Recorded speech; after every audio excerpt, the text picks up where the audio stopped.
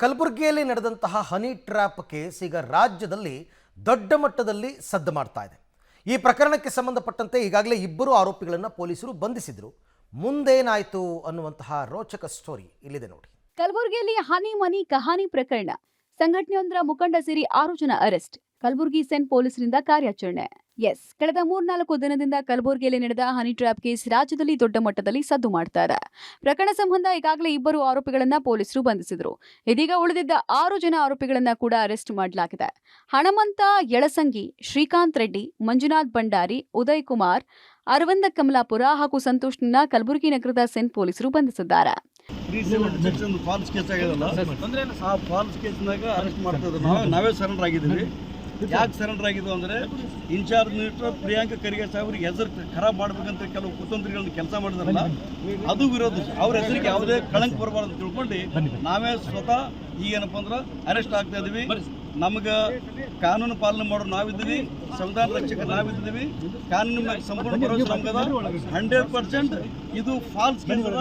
ನಮ್ಮ ವಿರುದ್ಧ ಏನಪ್ಪ ಅಂದ್ರೆ ಕುತಂತ್ರ ಮಾಡಿ ಈ ತರ ಕೇಸ್ ಹಾಕಿ ನಮಗೆ ಒಳಗೆ ಕಳ್ಸಲ್ಕತ್ತಾರ ಅಂತ ಗೊತ್ತದ. ಹನಿ ಟ್ರ್ಯಾಪ್ ಹಣದಲ್ಲಿ ಐಷಾರಾಮಿ ಜೀವನ, ಬರ್ತ್ಡೇ ಪಾರ್ಟಿಯಲ್ಲಿ ಕಂತೆ ದುಡ್ಡು. ಹನಿ ಟ್ರ್ಯಾಪ್ ಮತ್ತು ಅತ್ಯಾಚಾರ ಪ್ರಕರಣದಲ್ಲಿ ಪೊಲೀಸರ ಕೈಗೆ ಲಾಕ್ ಆಗಿರುವ ಇಬ್ಬರು ಆರೋಪಿಗಳ ಮೋಜು ಮಸ್ತಿ, ಐಷಾರಾಮಿ ಜೀವನದ ವಿಡಿಯೋ ಬಹಿರಂಗ ಆಗಿದೆ.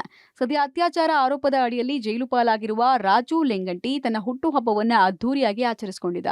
ಇದೇ ಬರ್ತ್ಡೇ ಪಾರ್ಟಿಯಲ್ಲಿ ಆತನ ಹನಿ ಟ್ರ್ಯಾಪ್ ಪಾರ್ಟ್ನರ್ ಪ್ರಭು ಸ್ವಾಮಿ ಕೂಡ ಭಾಗಿಯಾಗಿದ್ದ.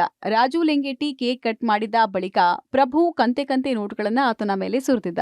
ಈ ದೃಶ್ಯ ಹನಿ ಟ್ರ್ಯಾಪ್ನಿಂದ ಬಂದ ಪುಕ್ಸಟ್ಟೆ ದುಡ್ಡನ್ನ ಹೆಂಗೆಲ್ಲ ಖರ್ಚು ಮಾಡ್ತಾ ಇದ್ರು, ಐಷಾರಾಮಿ ಜೀವನವನ್ನ ಹೆಂಗೆಲ್ಲ ನಡೆಸ್ತಾ ಇದ್ರು ಅನ್ನೋದಕ್ಕೆ ಸಾಕ್ಷಿಯಾಗಿದೆ. ಪ್ರಕರಣಕ್ಕೆ ಸಂಬಂಧಪಟ್ಟಂತೆ ಸಚಿವ ಪ್ರಿಯಾಂಕ್ ಖರ್ಗೆ ಮಾತನಾಡಿದ್ದು, ಈ ಕೇಸ್ನಲ್ಲಿ ಯಾವುದೇ ಸಂಘಟನೆಗಳು ಒತ್ತಡ ತರುವಂತಿಲ್ಲ. ಕಾನೂನಿಗಿಂತ ಇಲ್ಲಿ ಯಾರೂ ದೊಡ್ಡವರಿಲ್ಲ. ಪ್ರಕರಣವನ್ನ ಸೆನ್ ಪೊಲೀಸ್ ಠಾಣೆಗೆ ವರ್ಗಾವಣೆ ಮಾಡಲಾಗಿದೆ. ನಿಷ್ಪಕ್ಷಪಾತವಾಗಿ ತನಿಖೆ ಮಾಡ್ತಿದ್ದಾರೆ ಅಂದ್ರು.